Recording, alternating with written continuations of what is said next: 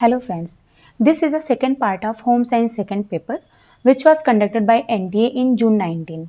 First video में मैंने 70 तक क्वेश्चन सॉल्व करवाए थे, अब मैं 71 से स्टार्ट करने जा रही हूँ. So question is hallmark certification is awarded bye means hallmark certification किसके द्वारा दिया जाता है. इसका आंसर है first and second means BIS and ISO. अब देख लेते हैं कि ये क्या होता है.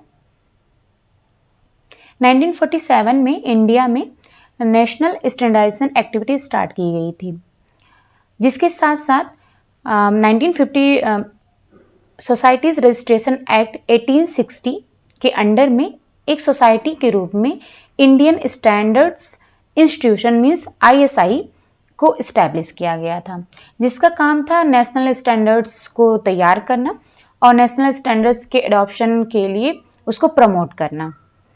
और फिर इसके बाद 1952 में इंस्टीट्यूशन को एक और रिस्पॉन्सिबिलिटी दी गई, सर्टिफिकेशन मार्किंग स्कीम को ऑपरेट करने की रिस्पॉन्सिबिलिटी दी गई, जो कि एक्ट ऑफ पार्लियामेंट के अंडर में थी.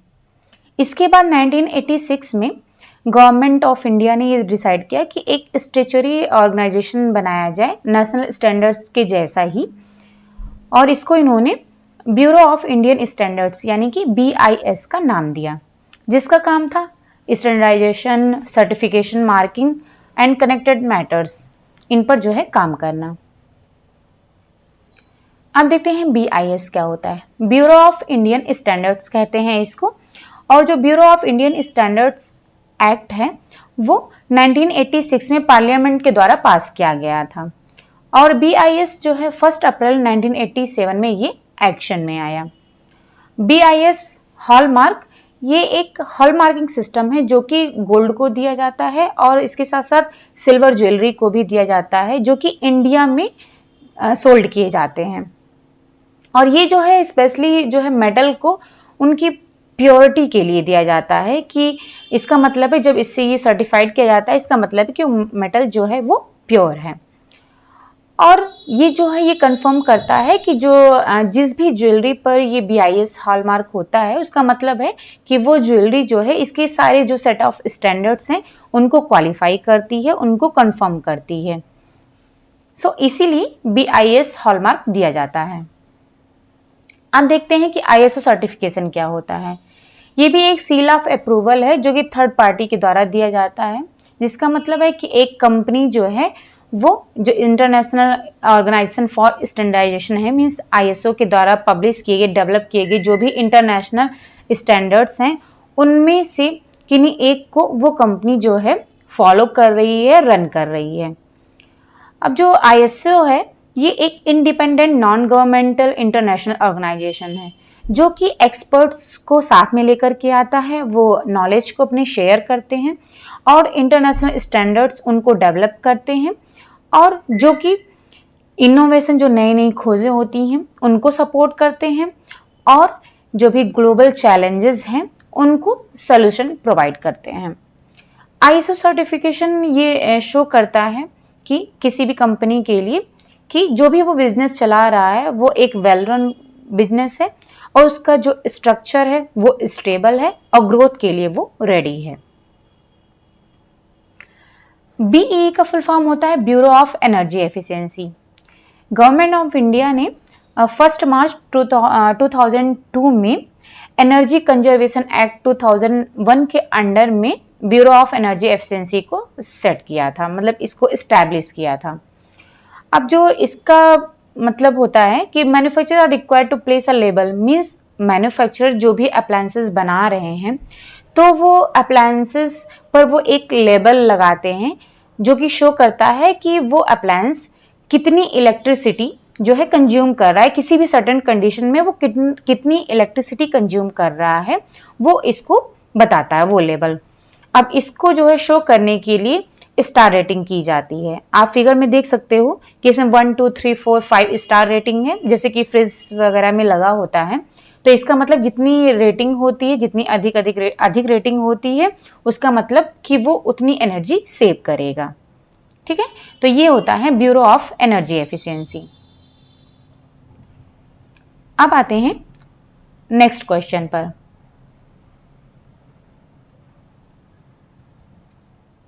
विच of the following is the most energy efficient lamp? कौन सा सबसे अधिक एनर्जी एफिशिएंट लैम्प है, मीन्स जो एनर्जी को बचाता है? आंसर है third, light emitting diode lamp.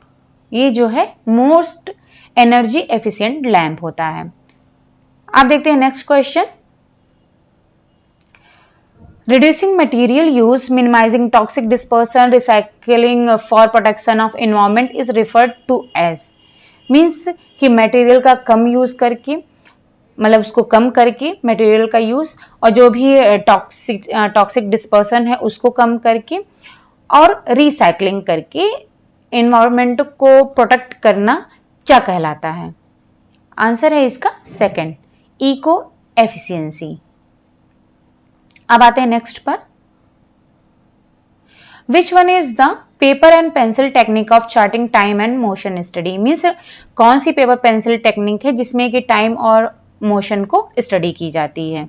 Answer है इसका सेकंड, प्रोसेस चार्ट। अब देख लेते हैं कि ये सारे जो भी टेक्निक्स दिए गए हैं ये क्या क्या हैं। तो पहला है प्रोसेस चार्ट। प्रोसेस चार्ट का होता है, क्या होता है, इसको फ्लो चार्ट भी कहते हैं क्योंकि इसमें फ्लो के द्वारा जो है, फ्लो प्रोसेस के द्वारा शो किया जाता है, हर एक स्टेप को सेपरेटली शो किया जाता है और ये एक सीक्वेंशियल ऑर्डर में होता है। और ये जो बहुत सारे प्रोसेस को डिस्क्राइब करने के लिए हो सकता है, जैसे कि मैन्युफैक्चरिंग प्रोसेस, एडमिनिस्ट्रेटिव और सर्विस प्रोसेस, या फिर प्रोजेक्ट प्लान के लिए हो सकता है।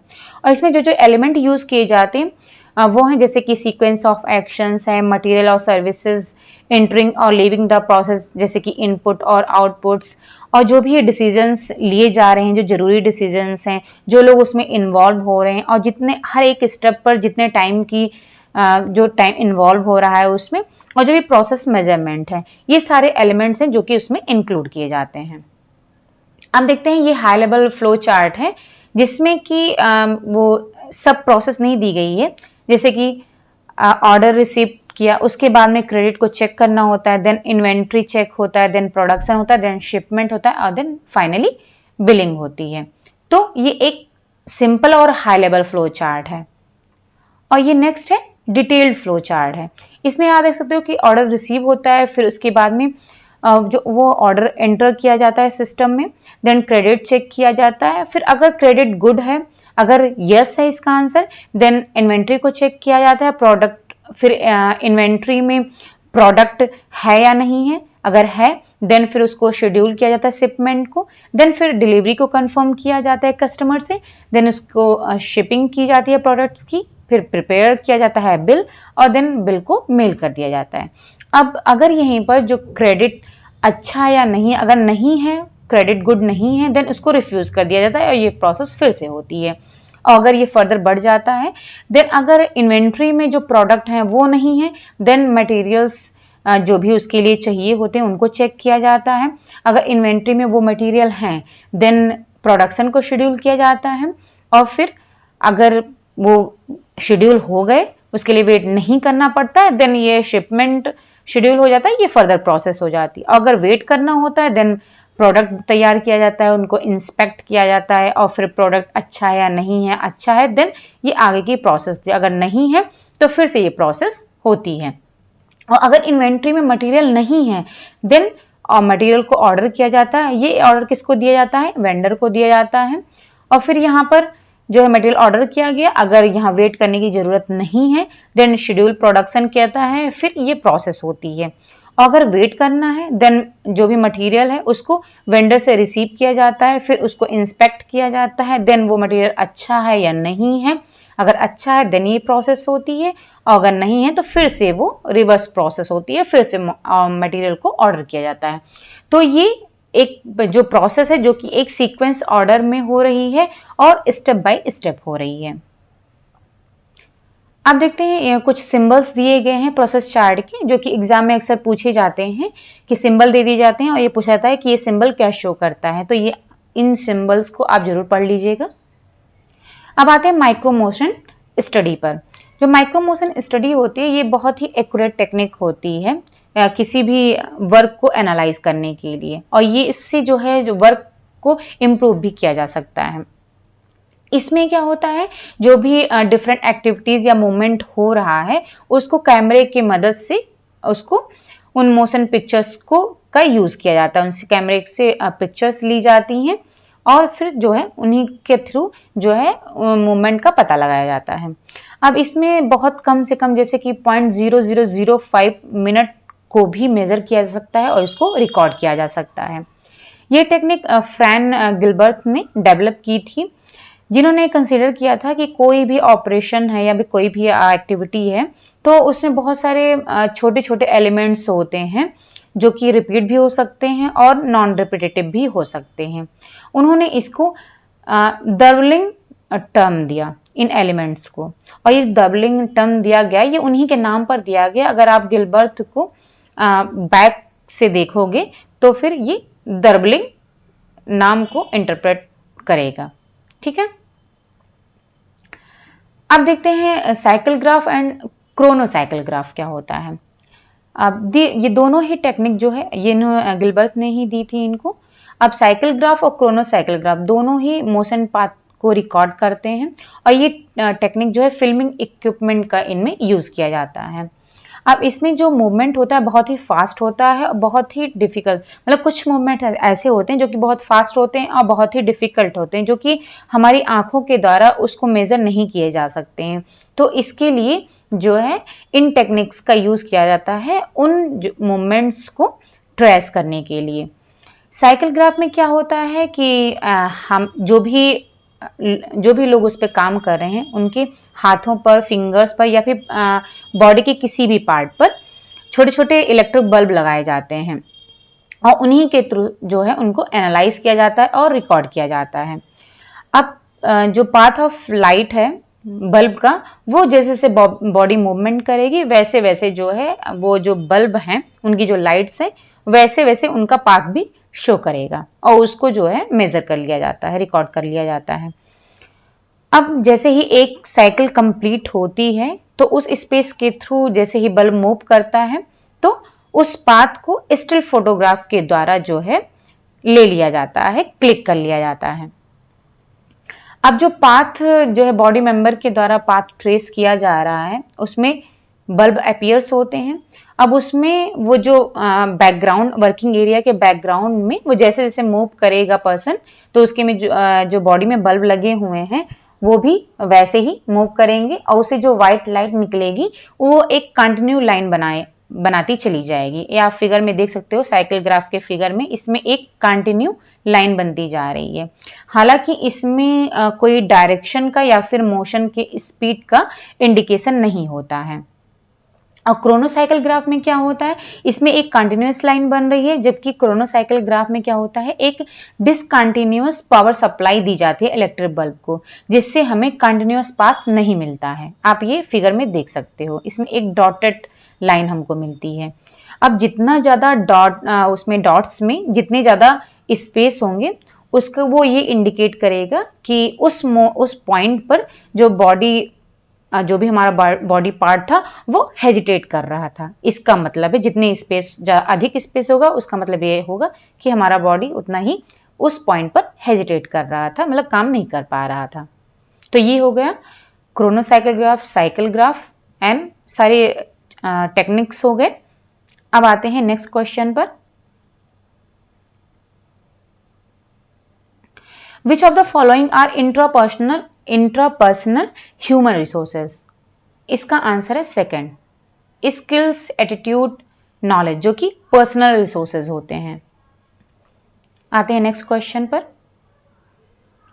International norms specified for various activities keeping in mind the equipment and users requirement edited by बैके एंड वेलिमन 2006 आर रिफर्ड टू एज। इसको एक बार हिंदी में देख लेते हैं। उपस्कर और प्रयोक्ता अपेक्षाओं का ध्यान रखते हुए विभिन्न कार्यकलापों के लिए विनिर्दिष्ट अंतरराष्ट्रीय प्रतिमान बैक और वॉल्यूमन 2006 संस्करण को निम्नलिखित में से किसकी संज्ञा दी जाती है? इसका आंसर है सेकंड, न्यूफर्ट आर्किटेक्ट्स डेटा। आते हैं नेक्स्ट पर। A pregnant woman was informed that her fertilized ovum was growing in an area other than the uterus. The condition is called. इसका आंसर है 4 एक्टोपिक प्रेगनेंसी। अब इसको डिटेल में देख लेते हैं कि ये सारे टर्म्स जो दिए गए हैं वो क्या होते हैं। एक्टोपिक प्रेगनेंसी का मतलब है कि जब जो फर्टिलाइज्ड एग है वो यूट्रस की जो मेन कैविटी है उसके बाहर जब वो इम्प्लांट होता है और वहां पर वो ग्रो करता है तो उसे एक्टोपिक प्रेगनेंसी कहते हैं। अब ये आप इस फिगर में देख सकते हो, ठीक है, ये यूट्रस है, ठीक है, और यहां पर ये फर्टिलाइज्ड एग जो है इम्प्लांट हुआ है और यहीं पर ये ग्रो करता है, ठीक है, और ये है फैलोपियन ट्यूब। तो नॉर्मल प्रेगनेंसी में ये होता है कि यूट्रस में जो फर्टिलाइज्ड एग होता है वो इम्प्लांट होता है और वहीं पर उसकी ग्रोथ होती है।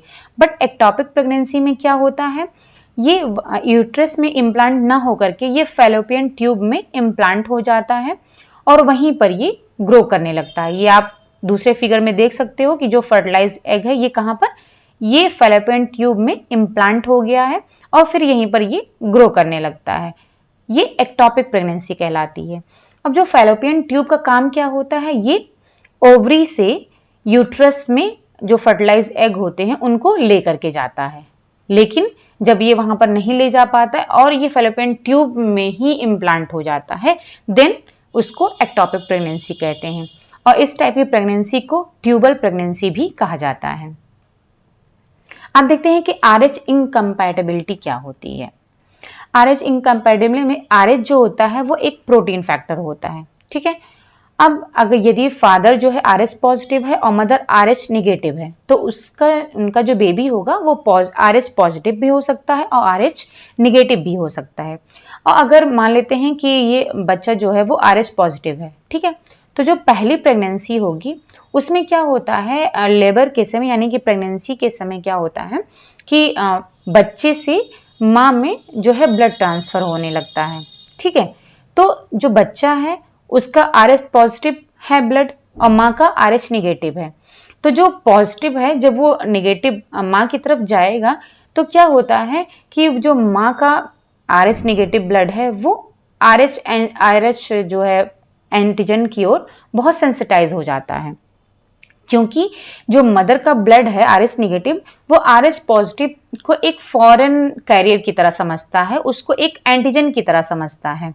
तो क्या होता है कि उसमें जो है उसके अगेंस्ट में एंटीबॉडी डेवलप होने लगती है, क्योंकि वो उसको एंटीजन समझता है तो उसके अगेंस्ट में एंटीबॉडी डेवलप होने लगती है।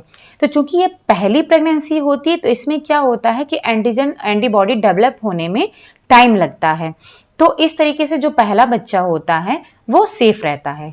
बट जो नेक्स्ट प्रेगनेंसी होती है उसमें जब यही प्रोसेस होती है तो क्या होता है, क्योंकि एंटीबॉडी जो है वो अब इसमें बहुत तेजी से डेवलप होने लगती है, उनका प्रोडक्शन होने लगता है और ये जो मैटरनल इम्यूनोग्लोबिन एंटीबॉडी हैं वो क्या होता है प्लेसेंटा के थ्रू बेबी में ट्रांसफर हो जाती हैं और उस जो बच्चा है बेबी है उसके आरबीसी से जाकर के अटैच हो जाते हैं और वहां पर उनको डिस्ट्रॉय करने लगते हैं। अब इससे क्या होता है, उनको हीमोलिटिक एनीमिया हो सकता है। माइल्ड केस है तो माइल्ड एनीमिया और उसे जॉन्डिस माइल्ड होगा।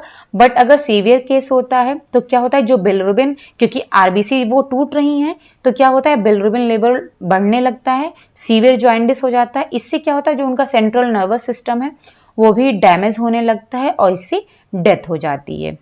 सो पहली प्रेगनेंसी तो सेफ होती है, बट जो उसके बाद जितनी प्रेगनेंसी होंगी उसमें बच्चे की डेथ हो जाती है। लेकिन ये भी चांस है अगर जो पहली प्रेगनेंसी उसके पहले भी अगर मदर जो है RH एंटीजन से सेंसिटाइज हो चुकी है, पहली प्रेगनेंसी से भी पहले, मीन्स उसका एबॉर्शन हो चुका है या हो सकता है कोई स्टिल बर्थ हो गया हो या फिर ऐसा कुछ कि हाँ वो प्रेग्नेंट हुई हो, तो फिर क्या होता है कि अगर वो RH एंटीजन के प्रति जो सेंसिटाइज हुई है देन जो पहला बच्चा है वो उस पर भी अफेक्ट पड़ सकता है। तो ये पता चल गया RH इनकम्पैटिबिलिटी क्या होती है। ओके, इन विट्रो फर्टिलाइजेशन हम बता चुके हैं, सरोगेसी भी, ठीक है। अब आते हैं नेक्स्ट क्वेश्चन पर। Harlow's famous attachment studies were conducted using which animals oblique birds? Means जो हर्लो का फेमस अटैचमेंट स्टडी है उनकी, वो उस पर उन्होंने किस एनिमल या फिर बर्ड का जो है उसको यूज किया था?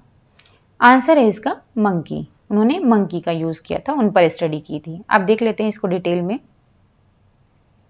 जो अटैचमेंट थियरी है उसके जो पायनियर हैं वो हैं जॉन बाउल्बाई। इन्होंने डिस्कवर किया था कि अगर बच्चे को माँ से अलग कर दिया जाए तो उस बच्चे पर उसका बहुत ही सीरियस अफेक्ट होता है।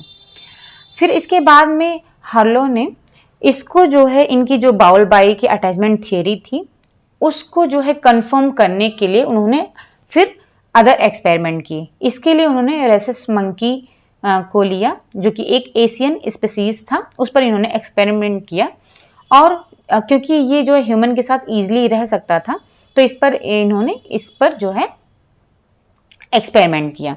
ठीक है, तो इसकी जो पर्पज ऑफ स्टडी थी उसका उन्होंने इसमें लेबोरेटरी में बंदर के जो मंकी था उसके बिहेवियर को उसको एग्जामिन करना था कि जब उनका बेबी मंकी को अगर उनके माँ से सेपरेट कर दिया जाएगा तो उस पर उन बेबी मंकी का रिएक्शन कैसा होगा, ये देखने के लिए उन्होंने उस पर एक्सपेरिमेंट किया।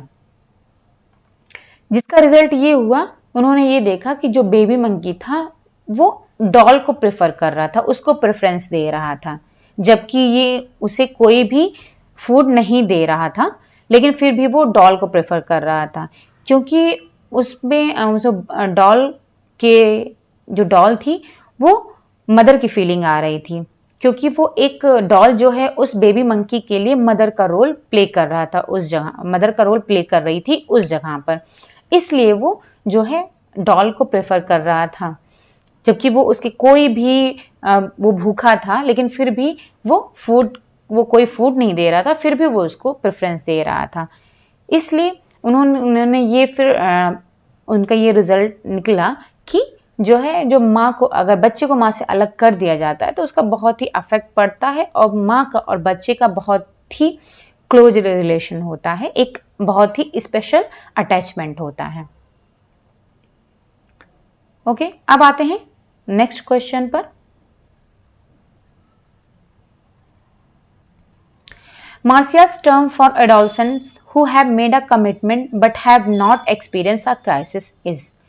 मार्सिया ने टर्म्स दिए हुए थे एडोलसेंट के लिए, तो उन्होंने उसमें ये बताया था कि वो जो एडोलसेंट हैं वो कमिटमेंट तो बना लेते हैं बट जो है उन्हें क्राइसिस का कोई भी अनुभव नहीं होता है। इस टर्म को उन्होंने क्या कहा था? इसका आंसर है आइडेंटिटी फॉर क्लोजर। तो ये 4 टर्म थे, identity achievement, identity diffusion, foreclosure और मोरेटोरियम। ये चार टर्म जो है मार्सिया ने दिए हुए थे। अब इसको देख लेते हैं जो अदर टर्म्स हैं वो क्या है। जो पहला है आइडेंटिटी डिफ्यूजन, इसमें क्या होता है जो एडोलसेंट है वो कोई भी आइडेंटिटी मतलब कोई भी क्राइसिस संकट को वो अनुभव नहीं करता है और ना ही कोई कमिटमेंट बनाता है। फोर क्लोजर में क्या है कि वो कमिटमेंट बनाता है बट कोई भी क्राइसिस को वो जो है अनुभव नहीं करता है, और जो कमिटमेंट बनाता है वो खुद का उसका कमिटमेंट नहीं होता है बल्कि जो उसके पेरेंट्स हैं उनके जो भी आइडियाज हैं, उनके जो बिलीव्स हैं, जो उनकी वैल्यूज हैं वो उनके बेसिस पर कमिटमेंट बनाता है, क्योंकि उनके जो बिलीव्स हैं, जो भी उनकी वैल्यूज हैं उनको समाज में एक्सेप्ट कर लिया गया है, तो इसलिए वो जो है उनके बेसिस पर कमिटमेंट बनाता है, ना कि खुद कमिटमेंट बनाता है। फिर मॉरेटोरियम में क्या होता है, इसमें वो जो क्राइसिस है उसको अनुभव करने लगता है और इसमें भी वो अपने आइडेंटिटी को लेकर के कोई भी कमिटमेंट नहीं करता है। आइडेंटिटी अचीवमेंट में क्या होता है, वो आइडेंटिटी क्राइसिस को भी अनुभव कर रहा है, उससे गुजरता है और खुद का वो कमिटमेंट बनाता है। तो ये 4 स्टेजेस थे जो कि मार्सिया के द्वारा दिए गए थे। अब आते हैं नेक्स्ट क्वेश्चन पर।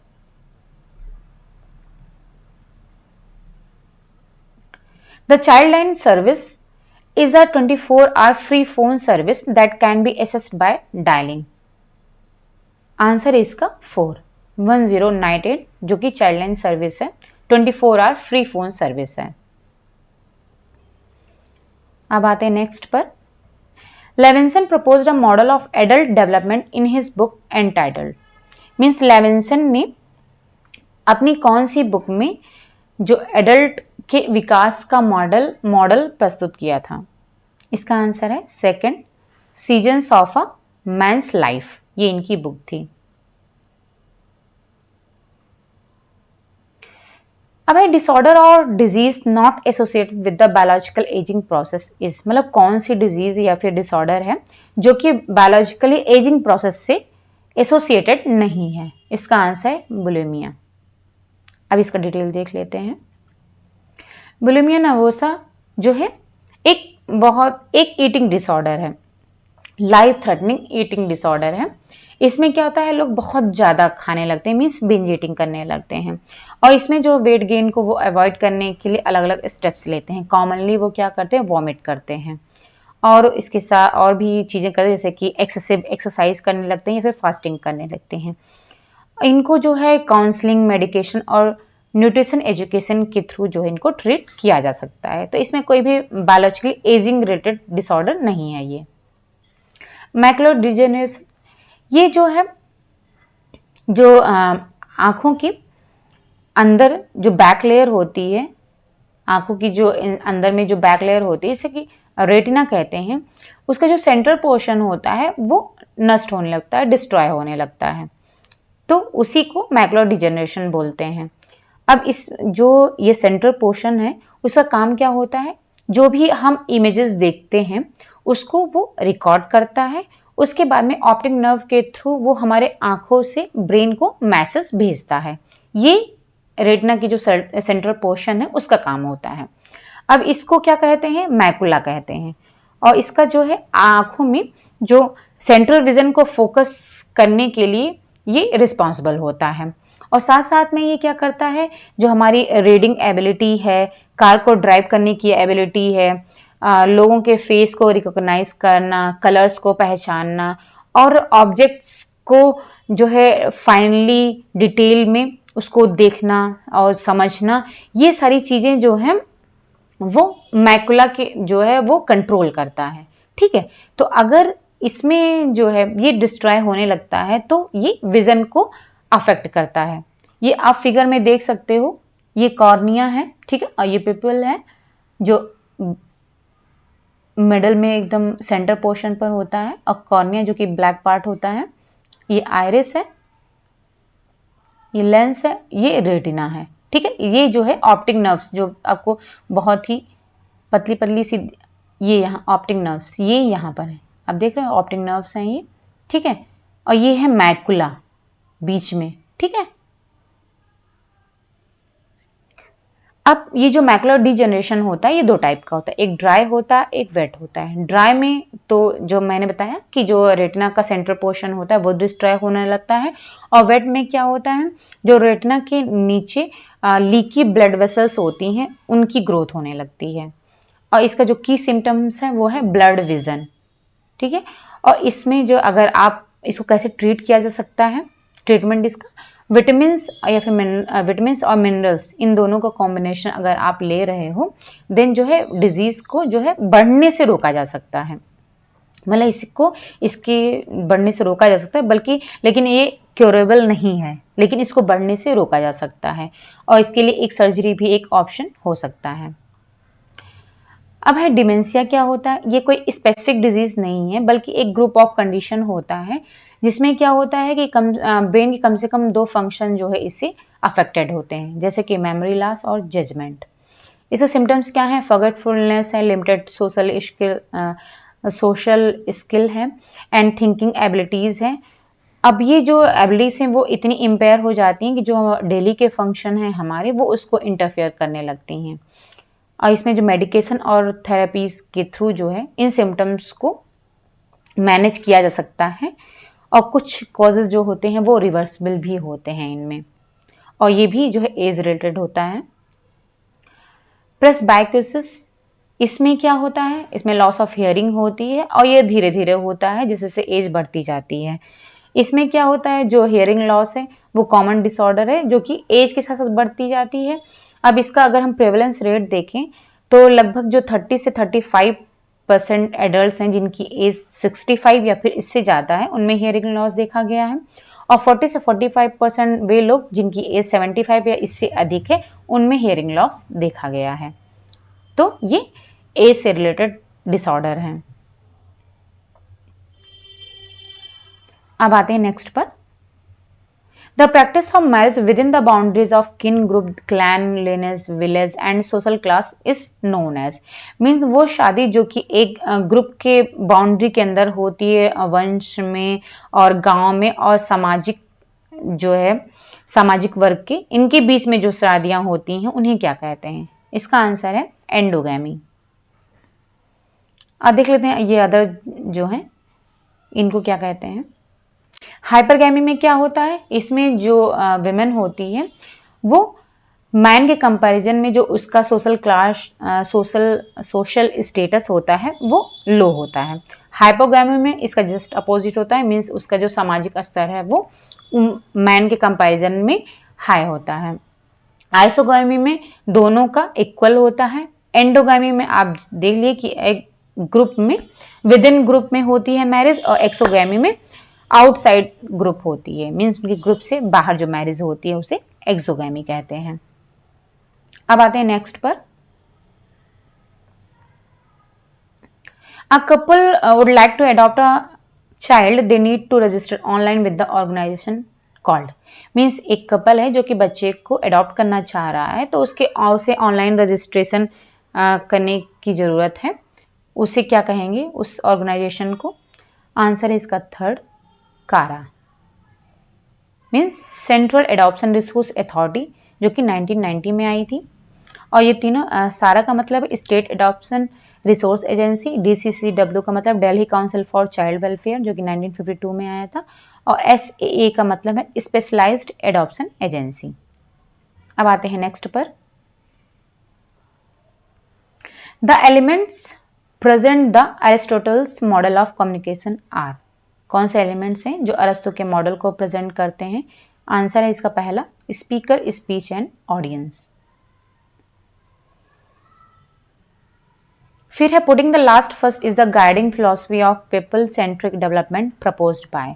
मतलब अंतिम को पहले रखना, ये जो है जन केंद्रित विकास के गाइडिंग फिलॉसफी है। ये किसके द्वारा दी गई है ये फिलॉसफी? आंसर इसका 4, रॉबर्ट चैम्बर्स के द्वारा ये दी गई है। अंतिम को सबसे पहले रखना। फिर है which of the following is an example of organised social change initiative. Organised social change initiative का जो संगठित सामाजिक परिवर्तन पहल है उसका एग्जाम्पल क्या है? इसका आंसर है 4, रिलीजियस डिस्कोर्स, यानी कि जो धार्मिक प्रवचन है। A pamphlet announcing launch of coaching classes in your colony is an example of, means एक पैम्पलेट जो है वो अनाउंस कर रहा है कोचिंग क्लासेस की लॉन्चिंग को अनाउंस कर रहा है एक पैम्पलेट आपकी कॉलोनी में, तो वो किसका एग्जाम्पल है? आंसर इसका सेकंड, लोकलाइट चैनल का।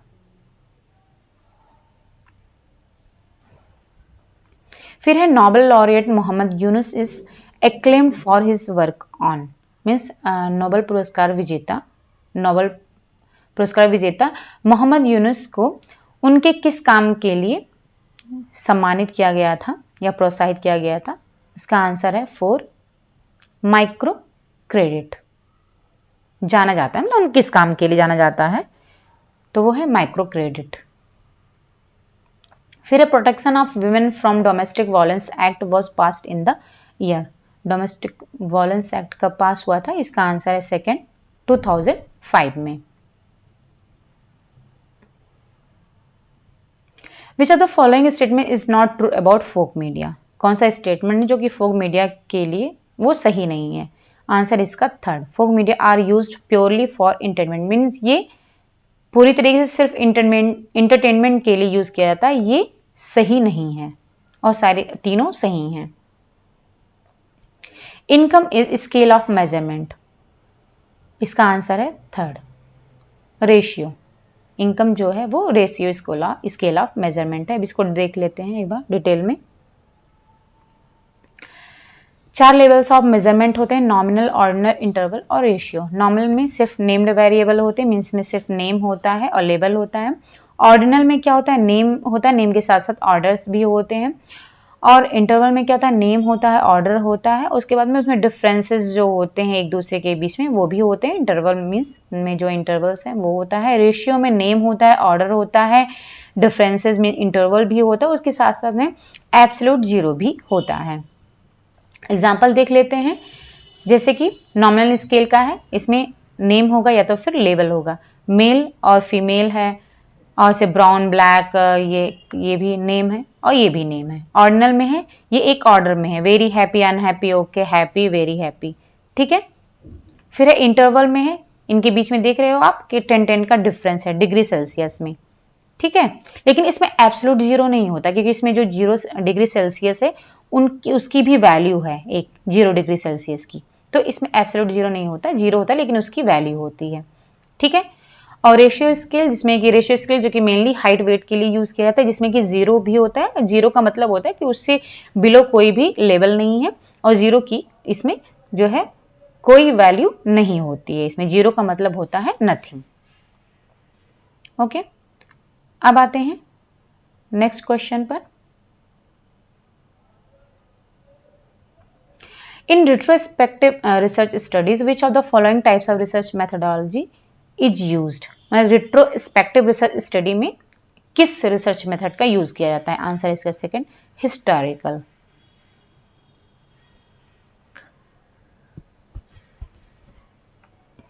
Regression analysis is of particular interest, इसका आंसर है 4, for identifying risk factors in any causal factor analysis.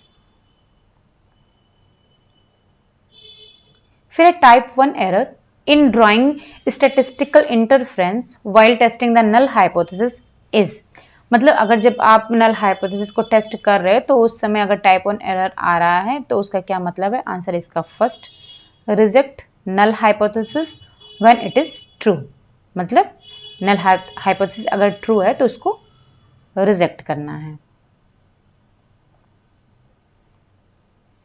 Difference between the mean of a researcher's sample and the mean of a population of the sample is known as, मतलब जो researcher का sample है उसकी mean और अगर जो population की mean अगर उनमें डिफरेंस आ रहा है तो इसका मतलब है कि सैंपलिंग एरर है।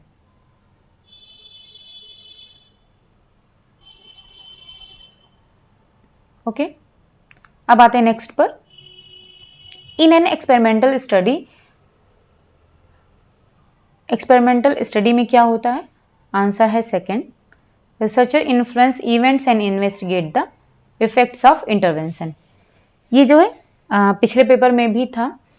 इसमें क्या होता है, जो रिसर्चर होता है वो इवेंट्स को प्रभावित करता है और उसके बाद में जो भी इंटरवेंशन उसने किए हैं उनके इफेक्ट को भी इन्वेस्टिगेट करता है। ये एक्सपेरिमेंटल में होता है। Which is the most appropriate test of significance to test the association between mothers' education and children's school attainment? मतलब मदर्स के एजुकेशन और चिल्ड्रन के जो स्कूल अटेनमेंट है उनके बीच में जो एसोसिएशन को अगर टेस्ट करना है तो उसके लिए कौन सा टेस्ट का यूज किया जाएगा? आंसर है इसका काई स्क्वायर टेस्ट। एसोसिएशन के लिए काई स्क्वायर टेस्ट का यूज किया जाता है। अब देख लेते हैं अदर टेस्ट के बारे में भी कि ये क्या होते हैं। क्रस्कल वैलिस टेस्ट जो होता है ये एक नॉन पैरामेट्रिक टेस्ट है जिसको कि वन वे अनोवा के अल्टरनेटिव के रूप में यूज किया जाता है।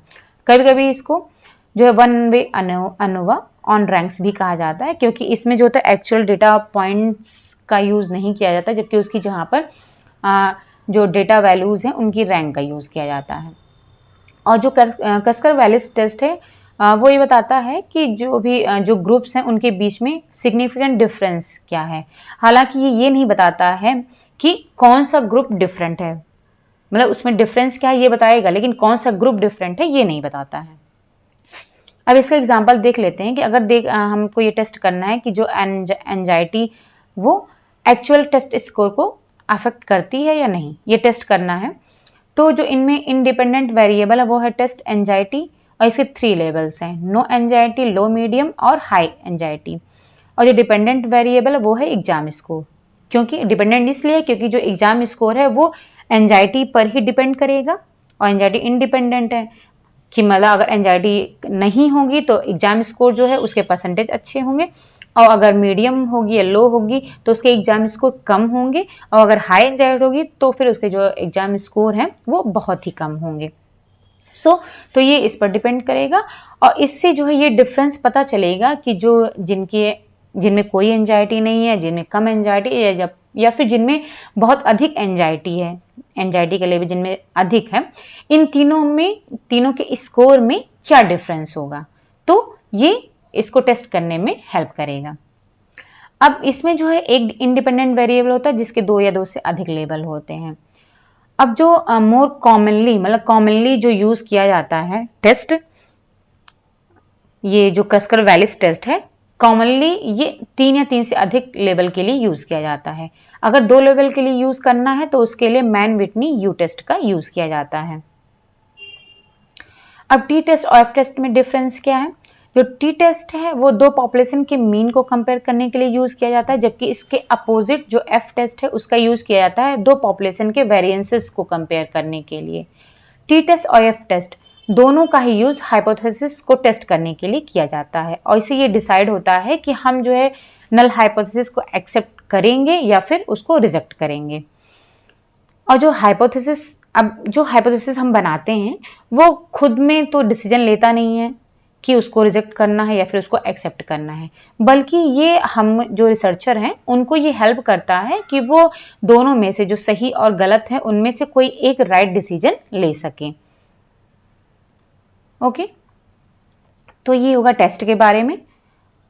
ये चारों टेस्ट के बारे में आपको पता चल गया कि ये क्या होते हैं। अब है next question, which of the following list presents the section of a research report in the correct order.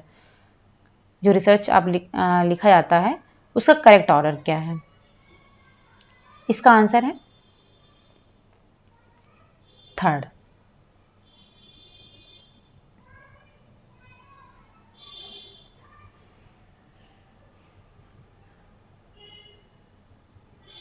ठीक है, सबसे पहले क्या होता है? टाइटल पेज होता है, फिर एब्स्ट्रैक्ट होता है, देन उसके बाद टाइटल होता है, फिर introduction, then method, then results होते हैं, डिस्कशन होता है, कंक्लूजन होता है, रेफरेंस होता है, और देन अपेंडिसेस होता है।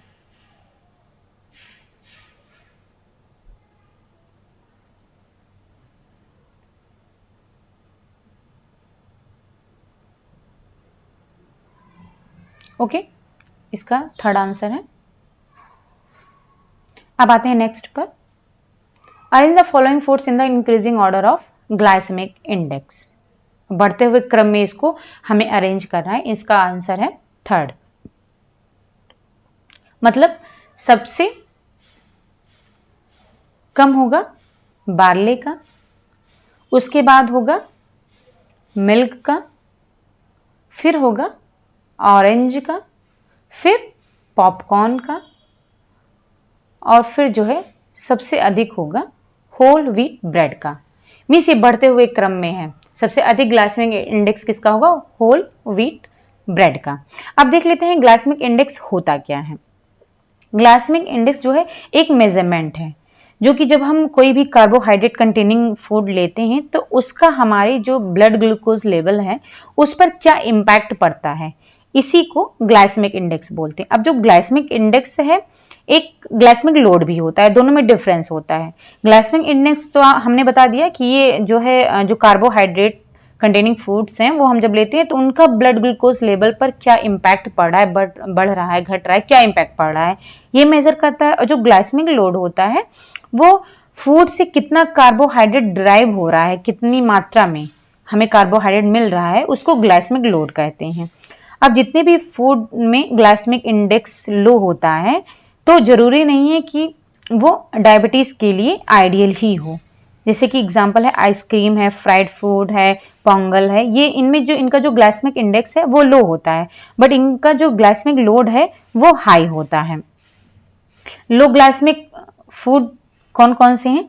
राइस ब्रैन है जो कि फाइबर रिच होता है, राइस ब्रैन ऑयल है, इसका लो ग्लाइसेमिक इंडेक्स होता है, high amylose rice variety, chapati, raw food, foods rich in protein and fat जैसे कि nuts, whole grain, natural foods. ठीक है, ये लो ग्लाइसेमिक फूड है।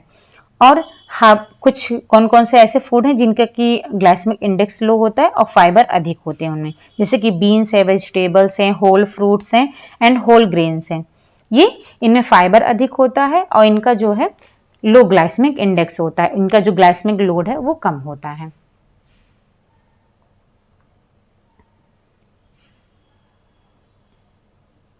अब बताएं विच of the following is not a symptoms of metabolic syndrome. अब इसमें से मेटाबॉलिक सिंड्रोम के सिम्टम कौन कौन से नहीं हैं? इसका आंसर है 4। देख लेते हैं। 4 मतलब है ए, बी एंड एफ। ए का मतलब है इस्कीमिया, ऑस्टियोपोरोसिस एंड थ्रोम्बोसिस। ये जो है मेटाबॉलिक सिंड्रोम के सिम्टम नहीं, जबकि डिसलिपिडीमिया, इंसुलिन रेजिस्टेंट, ओबेसिटी, ये तीनों ही मेटाबॉलिक सिंड्रोम के सिम्टम हैं।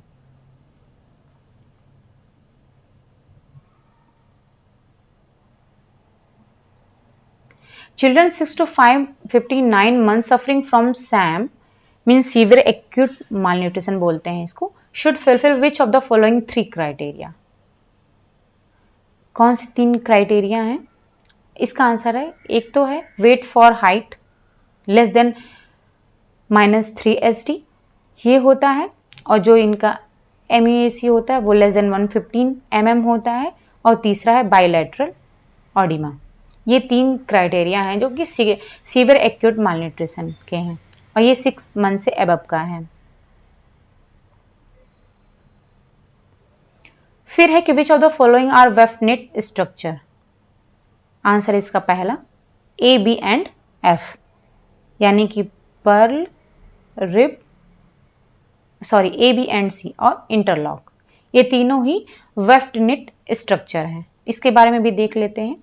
अब वेफ्ट नेट स्ट्रक्चर, वेफ्ट का मतलब हुआ है कि जो कि फैब्रिक के जो हॉरिजॉन्टल डायरेक्शन में जो नेटिंग होती है उनको वेफ्ट नेटिंग बोलते हैं, जो कि उनकी विथ के क्रॉस होता है। आप ये फिगर में देख सकते हो, ये हॉरिजॉन्टल नेटिंग है। अब ये 4 तरीके की होती है। पहला होता है प्लेन या फिर सिंगल नेट स्ट्रक्चर।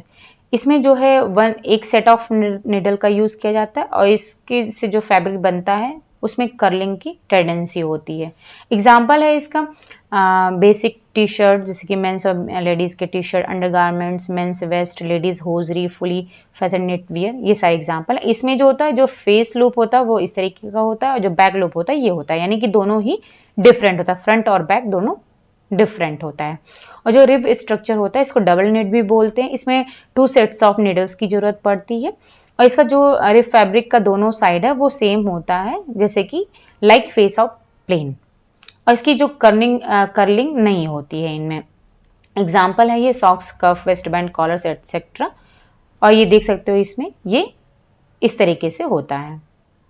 फिर है पर्ल नेट स्ट्रक्चर। रिब की तरह ही इनमें भी दोनों मतलब 2 सेट ऑफ निडल की जरूरत पड़ती है, और दोनों साइड सेम होता है। इसमें जो इसका साइड होता है वो लाइक बैक ऑफ प्लेन होता है। इसमें भी कर्ल की टेंडेंसी नहीं होती है। ये example children's clothing, night wear, thick and heavy outerwear, ये होते हैं। और इसमें जो देख सकते हो आप इस फिगर में, इस तरीके से होता है स्ट्रक्चर इसका। इंटरलॉक स्ट्रक्चर जो होता है ये भी जो है रिब का ही वेरिएंट है, और ये जो है स्पेशली डिजाइन मशीन पर तैयार किया जाता है। इसमें भी जो दोनों साइड सेम होता है लाइक फेस ऑफ प्लेन।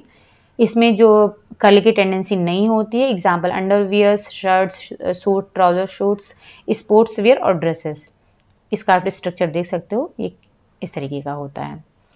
अब अगर वॉर्प की बात करें तो वॉर्प नेटिंग का मतलब है इसमें जो यार्न होता है वो फैब्रिक के लेंथ वाइज जाते हैं, और उसके साथ में वो जिगजैग स्ट्रक्चर में होते हैं। आप फिगर में देख रहे हो कि ये लेंथ वाइज है और जिगजैग हैं, ठीक है।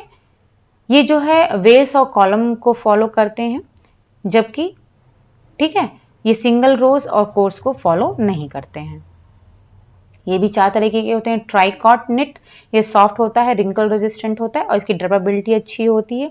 और जो रसल नेट होता है ये जो है मतलब इनका जो ट्राइकॉट के साथ ही इनका इंपॉर्टेंस होती है, अगर इनके साथ इनका जो प्रोडक्शन किया जाता है, बट ये जो है डिफरेंट वैरायटी के मतलब लेसेस से डिफरेंट वैरायटी के प्रोडक्ट तैयार कर सकते हैं, जैसे कि power net for foundation garment, swimwear से लेकर के कारपेट तक का।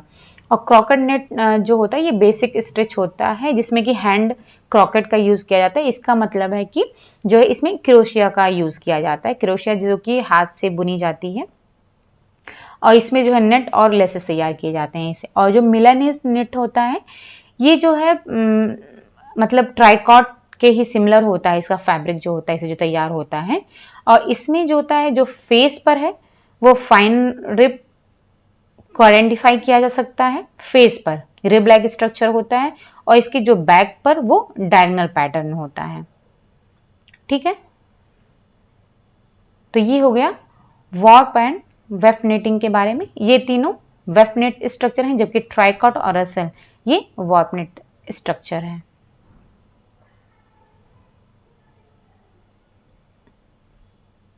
फिर which of the following body landmarks have to be located for taking measurements for a sari blouse. मतलब कि अगर आपको ब्लाउज का मेजरमेंट लेना है तो आपके बॉडी के किस पार्ट का मेजरमेंट आप लोगे? तो इसका आंसर है थर्ड, देख लेते हैं, A D and E. A means apex, फिर है डी हाईएस्ट सोल्जर पॉइंट लोगे आप, और लोवेस्ट सोल्जर पॉइंट लोगे।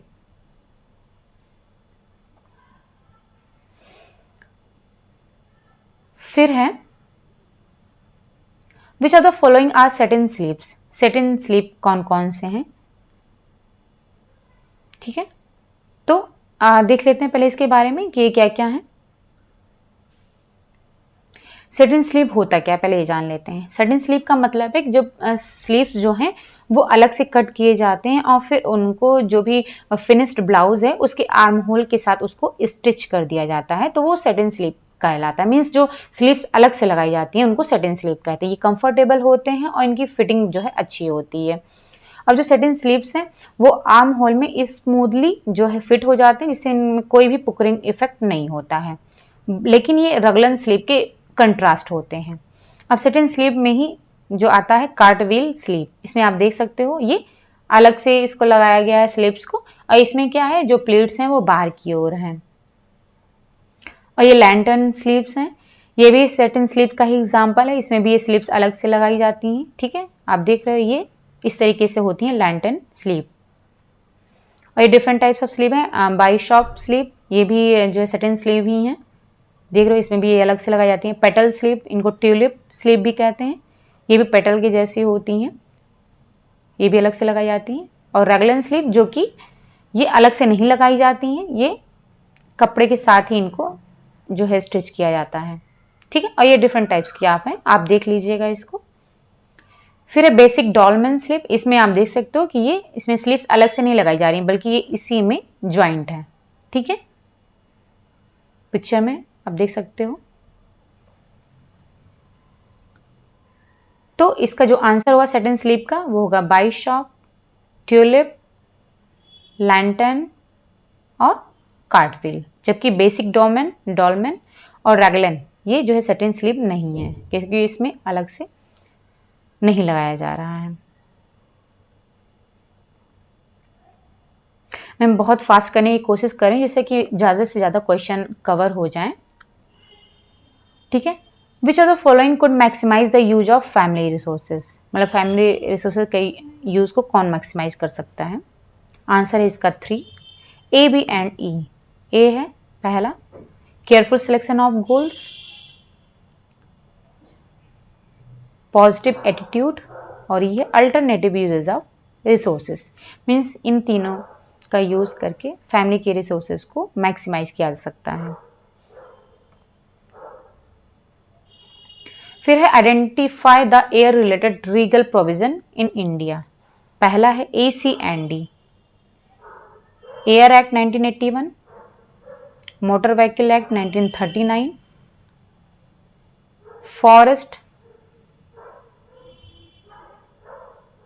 एक मिनट गलत हो गया, पहला आंसर है ये नहीं हुआ, forest develop, the factory act 1948। ठीक है, ACND है मतलब एयर एक्ट, ये भी एयर से रिलेटेड है, मोटर व्हीकल से भी जो है एयर पॉल्यूटेड होता है और फैक्ट्री से भी एयर पॉल्यूटेड होता है।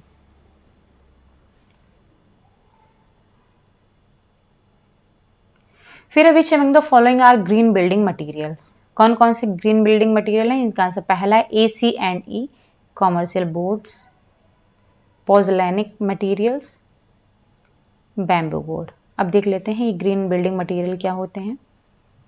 बहुत ही फास्ट कर रहे हैं, हम कोशिश कर रहे हैं।